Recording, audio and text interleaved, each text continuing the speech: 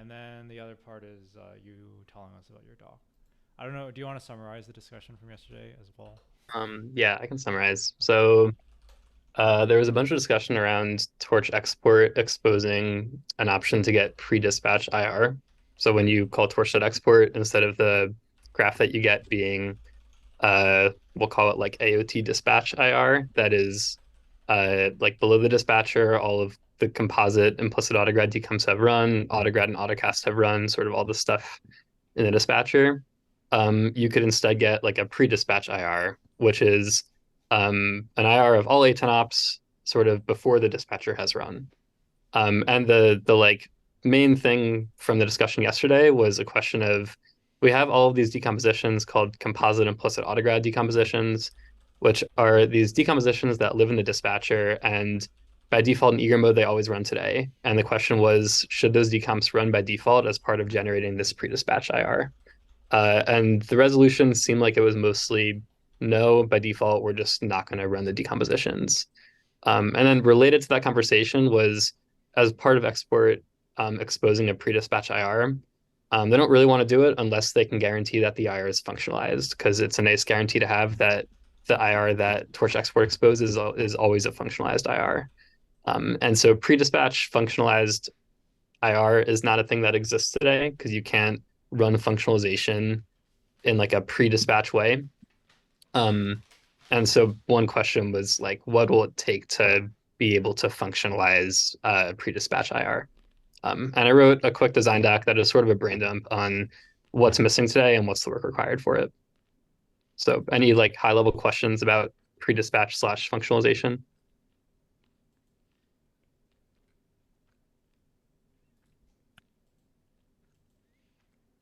Okay, should I just go through the doc first then? Go for it. Cool. Can everyone see my screen? Yep. Cool. Okay, so why does functionalization not work with pre-dispatch tracing today? Um, I'll give maybe like a tiny bit of background first. So, or actually, let me just go over the four high level things, and then we can talk about them in more detail. So one is we actually this sounds like the goal, but it's just one of the four pieces. We need to have functionalization actually run as part of pre-dispatch tracing, and that doesn't happen today. And so, how does pre-dispatch tracing happen today? There are a few docs that describe it in varying levels of detail. So one piece of infra that exists today that is partially used by pre-dispatch tracing is we have the dispatcher, and then we have this Python key, which is how torch dispatch intercepts in the dispatcher. And then the Python key has this mode stack where you can push your torch dispatch modes onto it. Um, and actually today, like sort of what exists but isn't fully used is there's also actually a mode stack for every dispatch key that is only usable if you enable the Python dispatcher. And so the way pre-dispatch tracing works today is we have another dedicated dispatch key called pre-dispatch that lives at the top of the dispatcher, although that's sort of a meme. And there's a mode stack attached to the pre-dispatch dispatch key.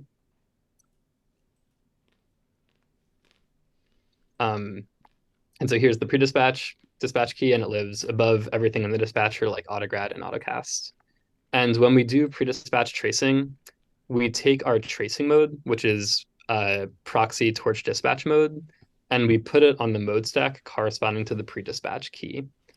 And then when you do that and you run makefx and we trace to the dispatcher, then we will hit the pre-dispatch key first before going to any other keys in the dispatcher. Then we'll hit the proxy torch dispatch mode, and we'll trace out a graph of ops that are seen at the pre-dispatch level, so before anything else in the dispatcher runs. And so that's sort of pre-dispatch today.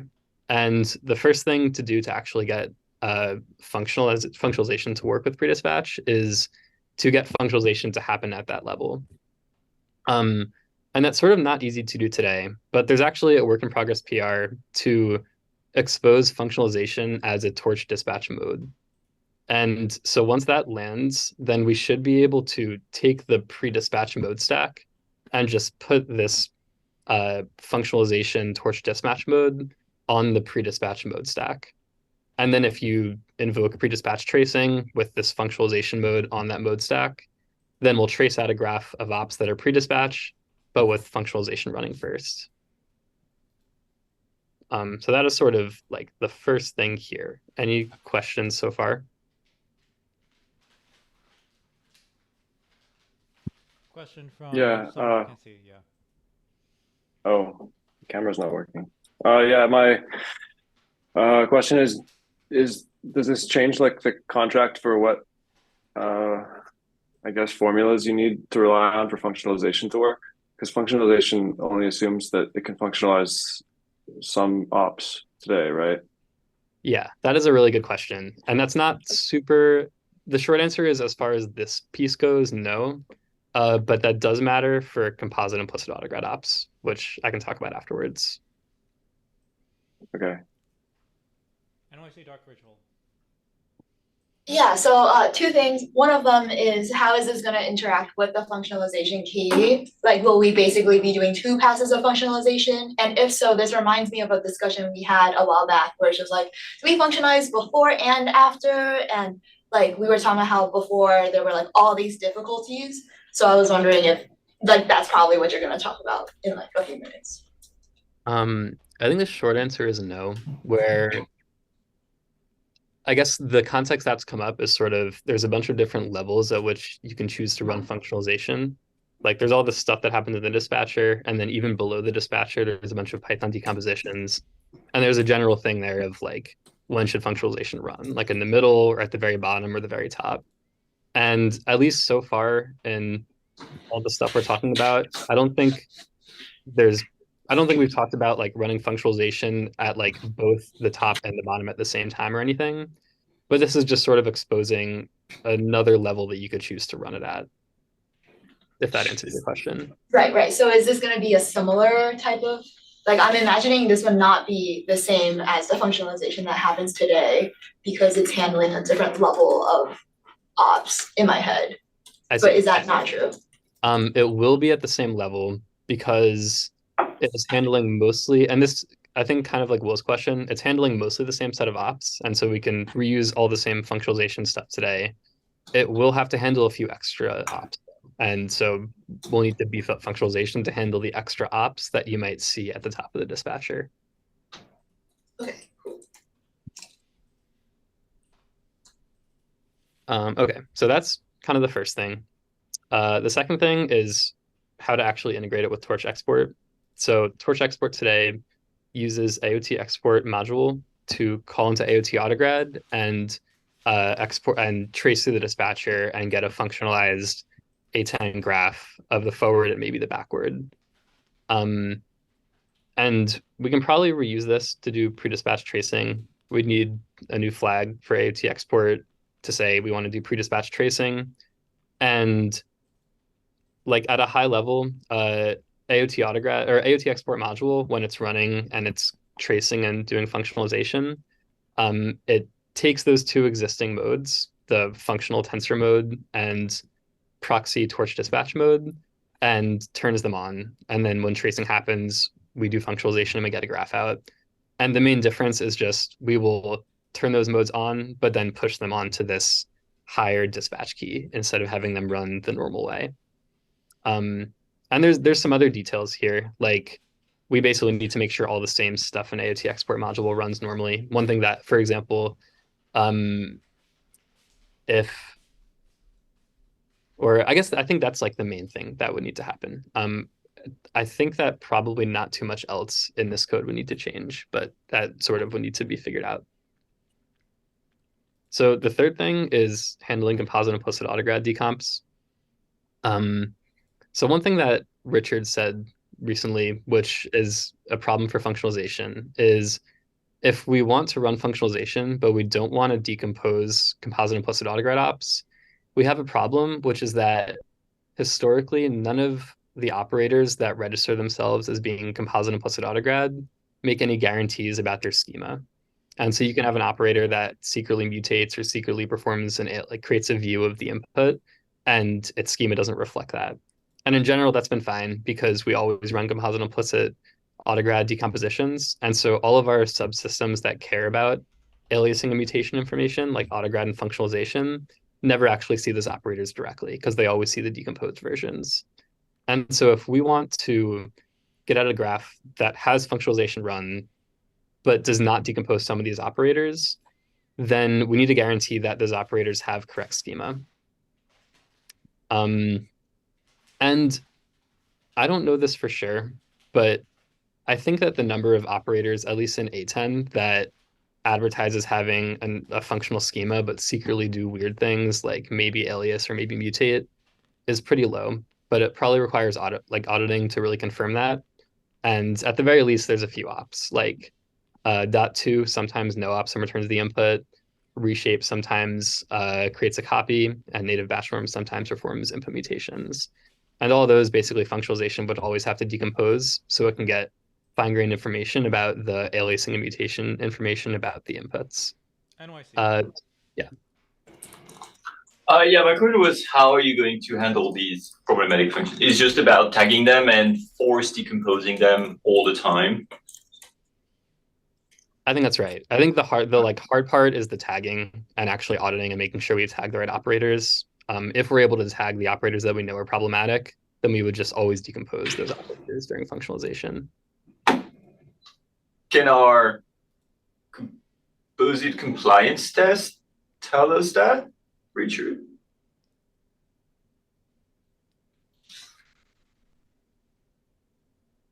I'm thinking.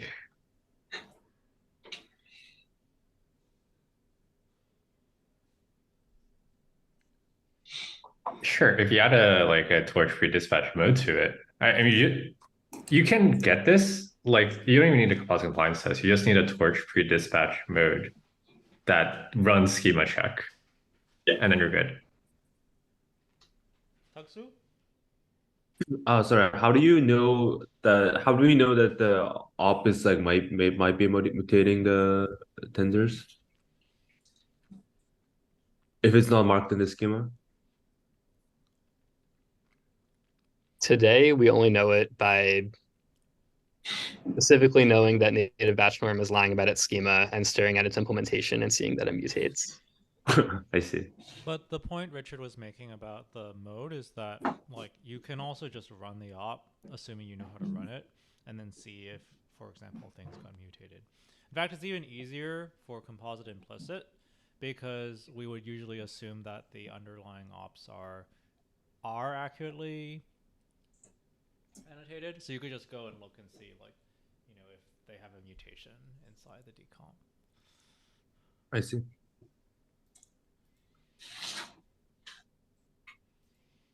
Yeah, so another point that Richard brought up was for custom ops. And so there's actually a bunch of custom ops out there that are registered to the composite implicit autograd dispatch key, which means that they normally decompose by default. And we have no guarantees around whether or not they alias or mutate. And so maybe one question for export was, would it be okay to always decompose custom ops that are registered to the composite implicit autograd key? Or do we need to do something more complicated?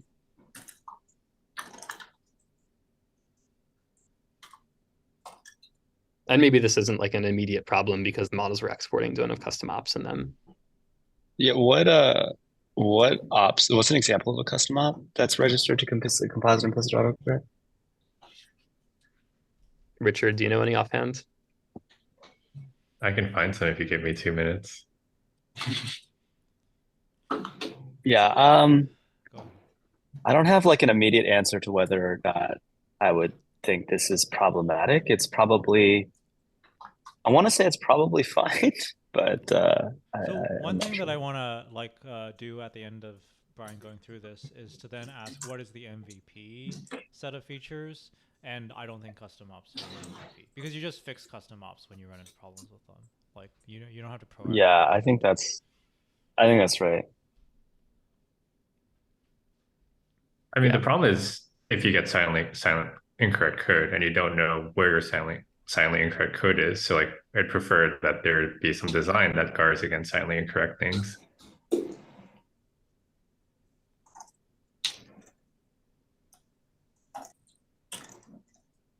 But for example, in an MVP situation, you could, for example, decompose all composite implicit autograd custom ops by default.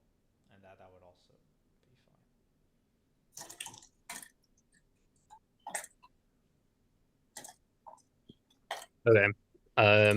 So the last thing is handling AutoGrad and AutoCast apps. So one thing that's the case today is that the way that pre-dispatch tracing sort of preserves the dispatcher behavior is by baking ops into the graph that represent control information about AutoGrad and AutoCast. And an example of that is if you had a with torch.nograd call in your graph, in your original code, then you'd see this set grad enabled op in the graph. Ed, do you have a question? It can wait. Keep going. Okay. And so that's the current state for pre-dispatch. And these ops are not functional because if you reorder some other op relative to one of these these like control ops, that'll change the behavior of the program. Do we want to make these functional? Probably, as part of functionalizing pre-dispatch tracing. So one way to make them functional that people have talked about in the past is by turning these into higher order ops, where you could imagine representing nograd in the same way that it's a context manager in the user code. You could represent it as a higher order op, where the inner function that it calls is just this stuff inside of the nograd block. And there's some work here. Like the first thing that would need to happen is actually make a higher order op for these operators. That's not really enough to cover every case. The kind of hairy thing is input mutations. So in particular, like a weird thing that, not a weird thing, but something that can happen that'll break unless you do work to fix it is if I have some local variable in my program that was created outside of a context, and then I mutate it inside the context, then I think that today higher order ops will interpret this as an input mutation. And for one, I don't think input mutations and higher order ops are supported today. Even if they were supported, the way that functionalization handles input mutations today is by inserting a copy underscore in the graph representing the fact that there was a side effect. And then AOT autograd sort of records like which inputs in the graph were actually mutated. And that's not actually what we want here. We want something a little smarter where we need to distinguish between input mutations in a higher order op that are like real graph inputs from the outer graph, or that were inputs to the higher order op, but actually just graph intermediates in the outer graph. Tugsu, do you have a question? Yeah, so naive question, do we even need to functionalize this like context manager op? They're not actually like mutating anything. Yeah, Right. right. So that's a good question. Maybe that's something that we aren't sold on wanting to do. One downside to not functionalizing it is if you have a graph pass where you want to reorder a bunch of ops and just kind of move ops around in the graph, that's no longer safe to do. Because if you have an op after this in the graph and you move it earlier, that changes how that op interacts with autograd. Yeah, so my question slash comment is you also included AutoCast here. You didn't talk about it, but isn't there a case to be, so we probably talked about this at pre-dispatch, but isn't there a case to be made that most export users want AutoCasting to have already been applied before they get their graph? Yeah. I don't know if anyone knows as a user, but that's one thought for me. I think that's probably true, but I kind of default to the like, if we have a pass that allows us to inline the auto casting, then we don't have to decide for users. You know what I mean? Michael, so did you have another question? Oh, I was just gonna say, I do think functionalization is important because, unlike the other discussions we've been having about offset, it does affect the semantics of the graph and what transformations are valid or invalid. So being functional, good, I think. And it's something that we should try to keep as an invariant for exported models. Any other questions from the room? All right, Brian, let's do the MVP exercise. So what is the minimum set of things on this list we could do, plus error checking for things we don't support, that would be useful for people? Yeah, I think it's probably 1, 2, the easiest thing to do for MVP would just decompose all these by default and then handle them later. And then here, probably make these all higher order ops and then ban input mutations. No, so for step 4, I think you can just ban these things entirely. Sure, or ban them completely. Yeah, so in that case, just I want to push on this a little more too. So, for step 3, like, shouldn't we wouldn't a better MVP be to like do a quick pass through all of the composite implicit autograds in A10 and just like look for obviously terrible things like the list you have there, and then try to like put everything else into the graph? Yeah, I think that would be a little extra work, but definitely more in line with what export wants and not a ton of extra work. The main work is 1, the auditing, and 2, functionalization. Like today, the way that is toggled in functionalization is through the code gen, where we basically like we code gen a bunch of dispatcher registrations, and the code gen inspects every ATOP and says if it has a composite implicit implementation, then just register that automatically to functionalization. So we'd have to like switch. If you have a functionalization mode in Python, you can just skip functionalization, right?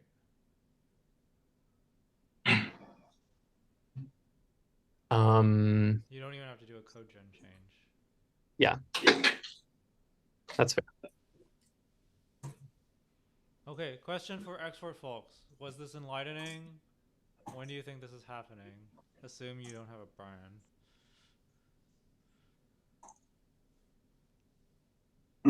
I don't know. If we don't have a Brian, then we have to figure out who's gonna do this stuff, and I'm not sure. I think so overall, I don't think it's like for step 1. It does seem yeah. Right. You're gonna handle this part anyway.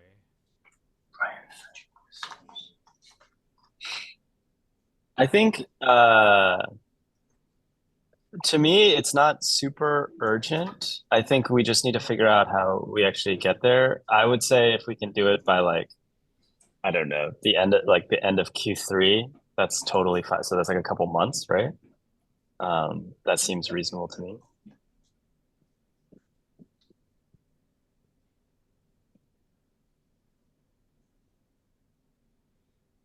I don't know if anybody has stronger opinions about this. Barry? Sorry, it's a separate comment.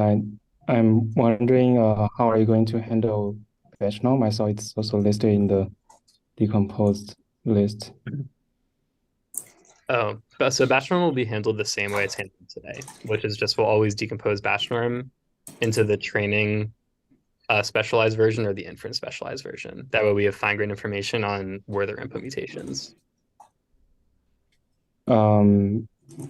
Will that mean the graph is specialized based on the training flag, or are you going to have a conditional op? Yeah, that's right. That would mean the graph is specialized on the training flag. Okay. Brian, wasn't another variation we discussed to just always do the be like this batch norm up always mutates, but actually if you know that you pass training it actually doesn't do anything, but like for the purposes of functionalization you would always treat it as mutating? So I think that's, and someone from QAT can correct me if this is wrong, I think it's effectively what QAT is doing today.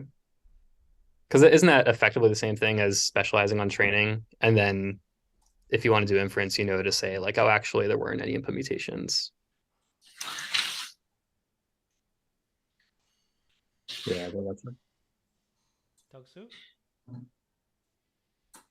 Yeah, so I guess a question for Suo. So I think for us, export team, I think we'll be busy like doing polishing work until the PyTorch conference. So I was wondering if we start like October and target for H2, would that be okay? Yeah, I think that's fine. Like to me, the biggest thing is just that we have like a plan for long-term convergence because we have a short-term plan for QAT for servicing QAT anyway.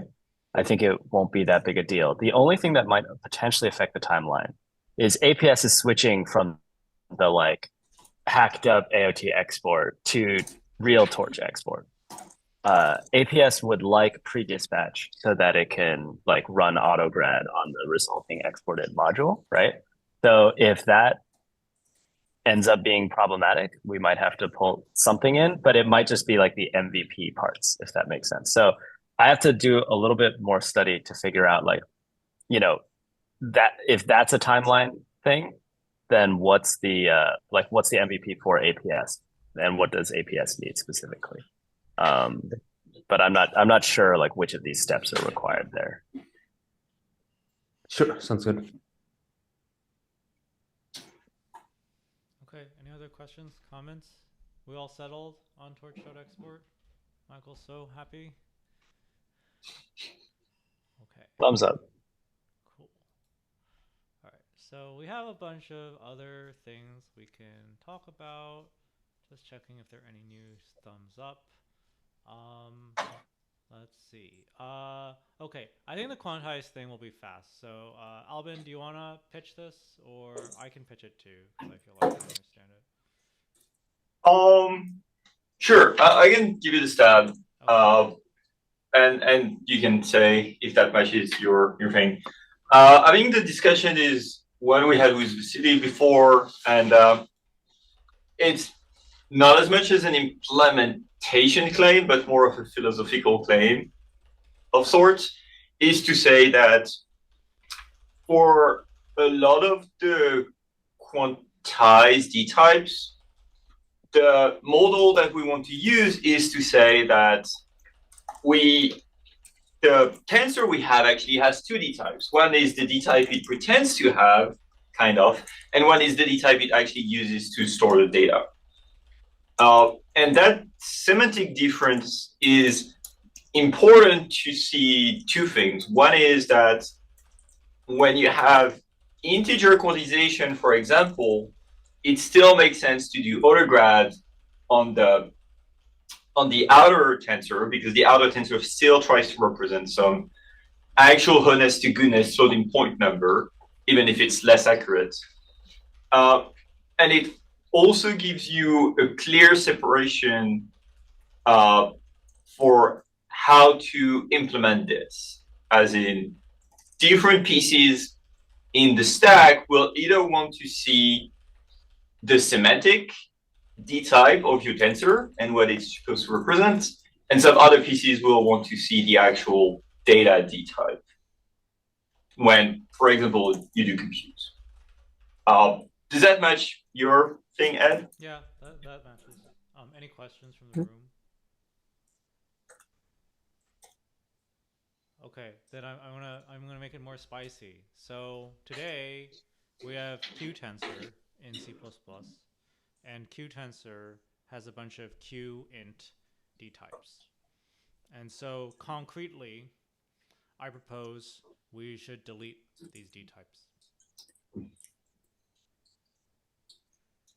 So death to all q blah D types.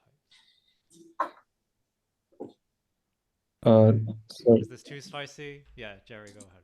sorry, what when you say like in the message quantized D type, does it mean the QD type or the just integer D types? So today, if I look at the scalar type struct in PyTorch, right, we have a bunch of normal things like int and float, and then we have q int 32 and q uint 8 and q int 8. So my concrete proposal is we should delete all of these. I have a clarifying question. So I guess I think it's one thing to say if you were to build it from scratch, build it that way, which makes a lot of sense. And then it's like a different proposal to say, let's like do all this work to remove this thing, which is used by a lot of people.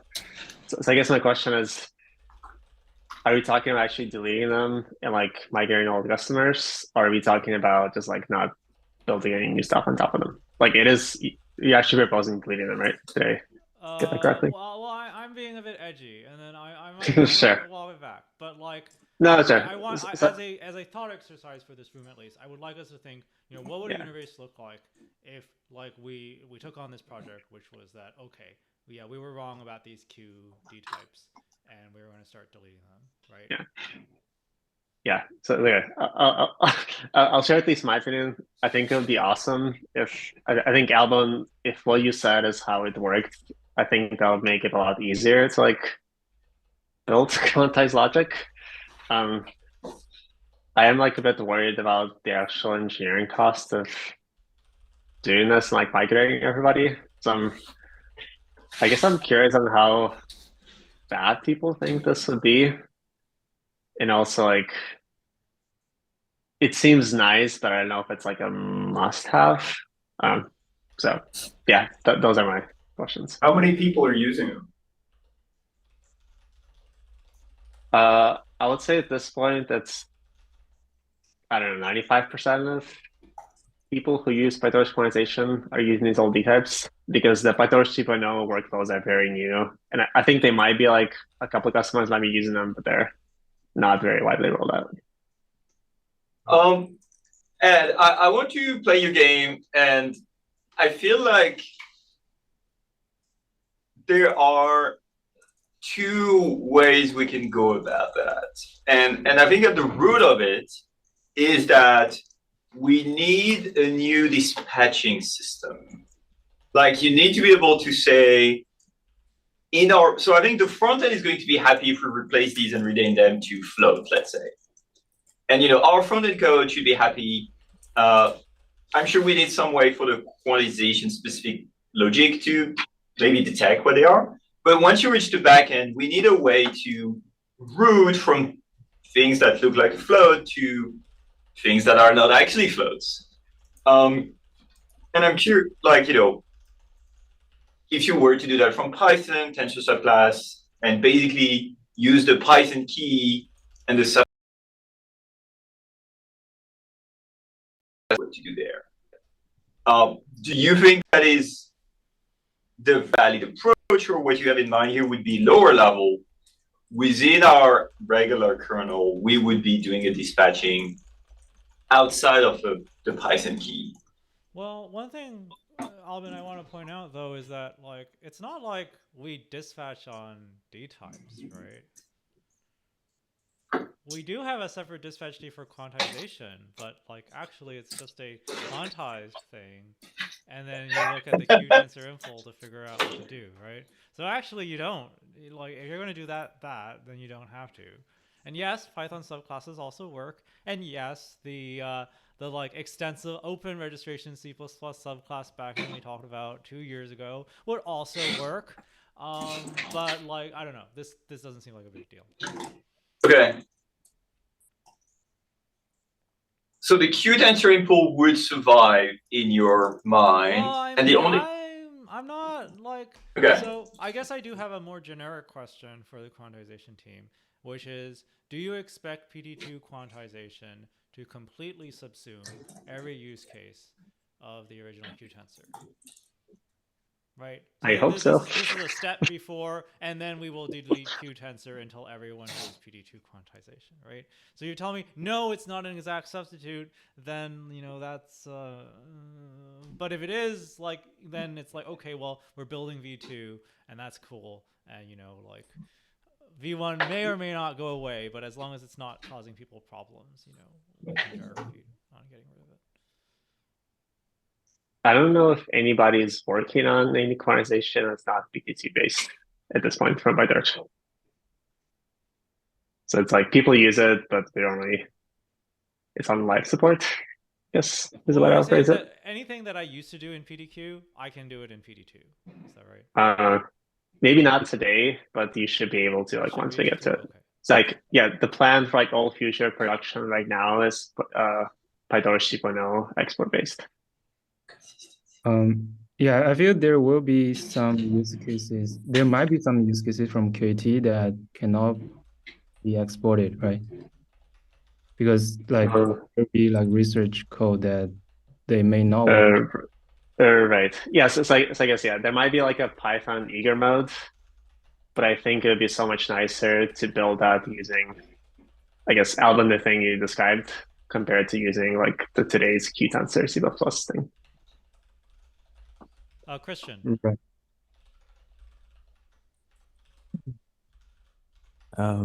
Ideally, when we delete something, it's because something else is so much better. So over time, if new thing is so much better, the old thing should be deprecated automatically. Does that make sense? Yeah. Yeah. So I don't know if we have to worry too much about deleting it. Yes, as I said, this is more of a rhetorical question for the quantization people to like basically ask you like for example, hey quantization people, I used to create a QU int 4x2 and I have some code that does that. How do I port my code to work with the PyTorch 2 thing?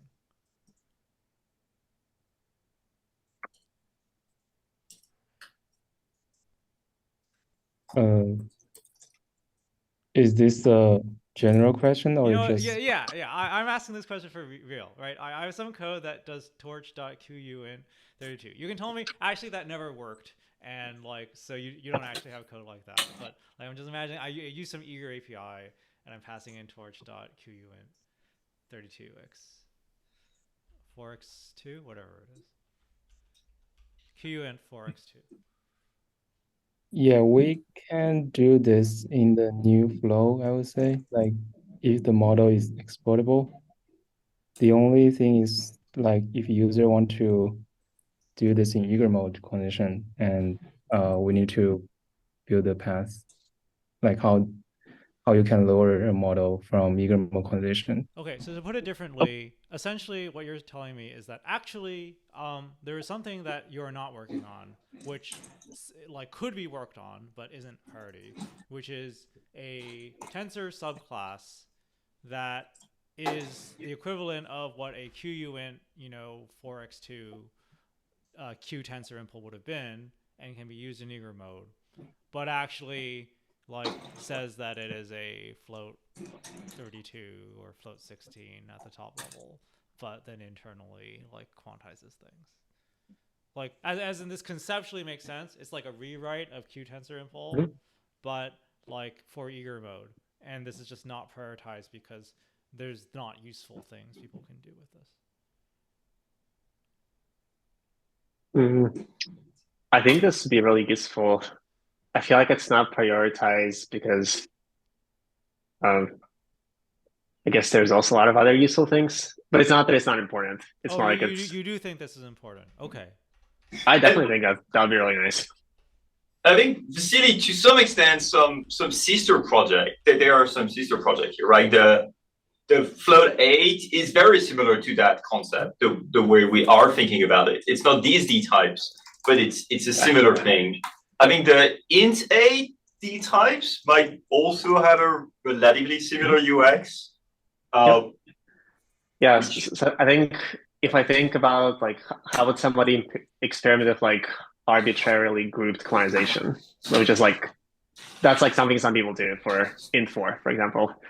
It would be so much easier if all this stuff lived in Python and people could just hack on it from a tensor subclass compared to like having to modify key tensor, like create a new key tensor. So I guess like maybe for like the generic int8 quantization exists today, I guess it'll be like a slightly easier way to do the same thing. But for experimenting with like novel quantization techniques, I think it'll be a game changer if we were able to do all this stuff in Python. Okay, so Brian, you've got more use cases for compiled tensor subclasses. One more spicy question, but I think I know the answer to this. Should we delete the float 8 D type? Because we just did this analogy where we're like, oh yeah, Qint is kind of like float 8. All right, I'll answer it. I think the answer is no, because our float 8 D type is the unscaled type. It should be private. Okay, yeah, so I think thing, right? Okay. Yeah, the thing you are giving to users does not actually say it is float 8. So this is kind of confusing, but I think it's okay. But like, this is definitely something to be aware of, which is that you So- can do two things with floating: unscaled and also this like hypothetical scaled thing. Sorry. So to clarify, the float D type, which is in there today, is like exactly the same type of D type as float 16 and float 32. Yes. Just a bit different, like that shit. So it's really asking, should we delete like all the other floating point D types, which I guess the answer has to be no, right? But we have two different float D types, right? Yeah. Like well, just like we had FP16 and BF16. Right. Yeah, that makes sense. Okay. I think, Ed, my answer to you, I think, to me, the reason why we added these D types in core is not for this discussion we're having now. Because for this discussion we're having now, I would argue that to some extent, the bits 8 D type we have in core would be enough, and quote unquote should be the right thing to use. If we just want arbitrary packaging that we just reinterpret within our subclass, our bits X D type should be the right thing to use. The reason we added these FPA D types in core is to be able to get inductor support in a convenient way. Because inductor maps PyTorch D types to Triton D types, and it's just so much simpler to do that with native FPA D types.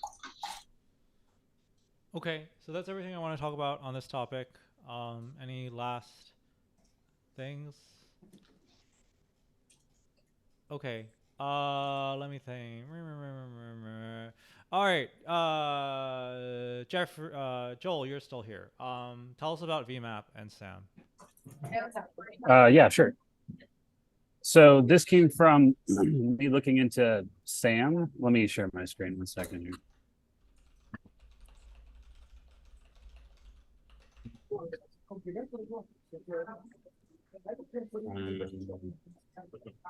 Okay. So SAM, the model code is hard coded to operate on a single image. So it makes sense in theory to apply VMAP over this. And these images can be different sizes, so you need some way to contain the raggedness. So a VMAP and nested tensor seems to make sense here. That's where this idea came from.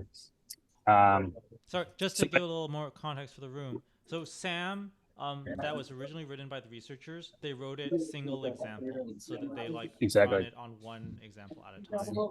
So yeah. So if you want to turn this into batched code, that's what VMAP is good for. Yep, exactly. So yeah, makes great sense. I chatted with Richard, and he's got more details probably on the details of the design, but I was able to follow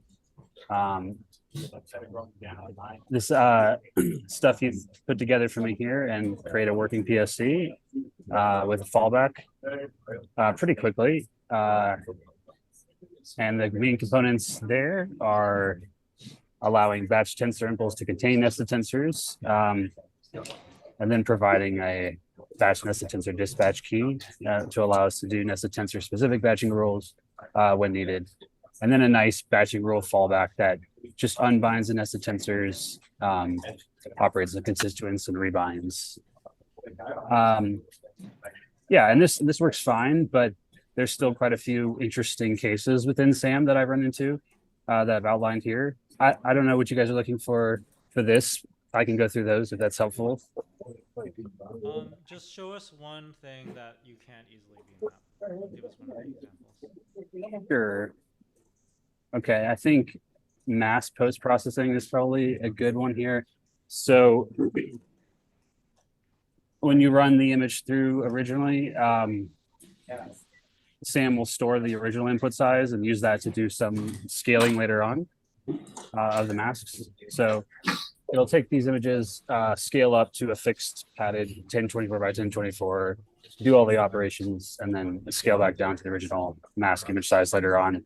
And we run into this standard thing here where shape is not defined on nested tensors. And so when you call this type of logic, it breaks. And yeah, let's see here. I guess the key thing here is that semantically we want to save a separate input size for nested tensor component. And here we're saving a tuple for the input size. So we really we have to change this to store like this sort of batched input size type of thing. So it does require some model changes here. Let's see, what's another good one?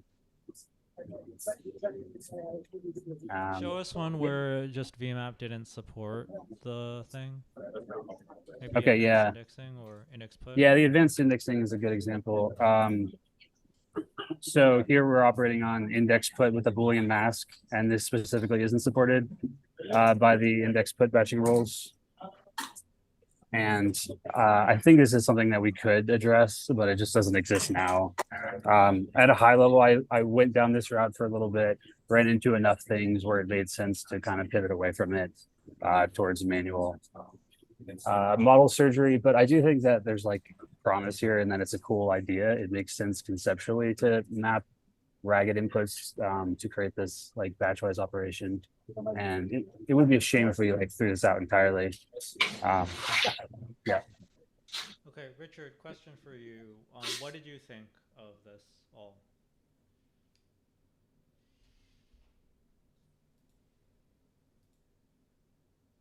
Hi. I thought the exploration was really cool. I wasn't sure it was going to work out, but like SAM is a model that, as long as your model does the same thing to each of its examples, which SAM does, then like we can actually apply this approach to it. So one thing that I want to mention here is that essentially one thing that is not so good in VMAP today is essentially, let's say Joel's porting the code, right? A bunch of operators work with VMAP, great. And then he hits something where it's kind of like, okay, VMAP doesn't know how to batch this thing. So what he'd like is some way to basically un-VMAP so that I can just write the loop by hand in the instance of VMAP. Jax has this. It's a context manager, I think. But you are able to do this with an autograd function. Like you shove the code you want to un-VMAP inside an autograd function. Do I still have to write the backwards? You're gonna have to write the backwards. That doesn't sound good, right? Hold on.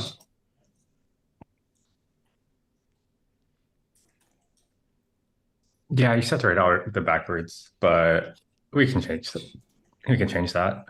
Okay, so Joel, I have a question for you, which is: suppose you had this API where you're happily VMapping, and then anytime you hit something that like is annoying, you can manually loopify it. Would that have been enough? Because I know you did model surgery all the way to the end. So would that have been enough? I did. To do so? Yeah, it really seems that would have been enough. Yeah, because given that I've done the full model surgery, yeah, I would do those in the areas where it becomes difficult. So yes. So I have a question. So the problem is like in one place in the code, we collect the sizes, and then in another place, we actually use the sizes. You would need to loop over like that entire, like everything in between as well. Because like when you collect the sizes, there's no way to loop over to produce a set of batch sizes. Joel, can you scroll to that one? Yeah, sure. Yeah. You ended up looping over the entire thing though, right? I did, yeah. Okay. So I guess that's less efficient or maybe more difficult. It ends up being that the part that I need to not do within VMAP becomes large. And so you get less gain from VMAP, I guess. In this case, it's almost like you want some sort of batch size concept, so that like it stays batched until you need to pass. Right. I mean, like the workaround is like you'd have your sizes be Simmons that represent batch sizes, or like you just store a meta tensor as your size. Yeah, I think as mentioned in the doc. Yeah, I think Jeffrey's work towards like actually defining shape for nested tensor via Simmons. Is Jeffrey here, by the way? Okay. I think he's on sick today. Okay. Yeah, I think he's sick today. Okay, I actually have a go ahead. Question for you here. My worry here is that the batch size is going to be a dynamic shape. And so the number of elements we need for each dimension is going to be dynamic as well. So the only way to store these dynamic number of sizes is to shove them into a tensor that has a dynamic shape. And so that means that we must represent our nested sizes as tensors. Is that accurate? Let me So- oh, go ahead, Joel. Oh no, go ahead. Okay, let me try to work through this. So when I vmap over a jagged nested tensor, the jagged dimension turns from one of Jeffrey's things, which is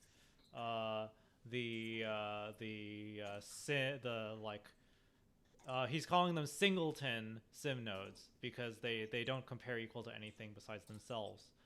And it turns into an unbacked simon, which is essentially saying you're in this VMAP and there's this dimension and you don't know what it is because actually it's varying over all the different dynamic sizes. So in this universe, the access to dot shape would work because you just get a size which has an unbacked simon in it. And then eventually you would try to use this size to in this particular case, do a mask.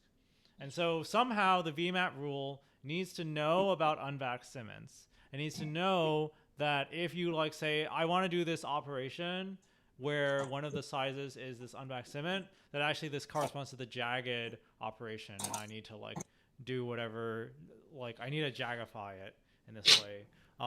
This is like kind of a, I don't know, I'm not exactly sure, but like say you just add it to the tensor, right? So you would have to basically materialize each of the individual lengths into a into a tensor, and that's what you would add in to the thing in question. I don't know, some sort of janky positional encoding type thing. But you cannot materialize them. Go ahead. You cannot materialize them, right? Well, so like what's happening under the hood is we're using this the single example calls to turn them into batched calls, and we might be like deciding to loop, or we might actually have like efficient kernels for them. But like essentially, as long as you believe that like I've given you enough information to reconstruct what the batched like call should be, then you should trust that you can write the VMAP code that does the translation.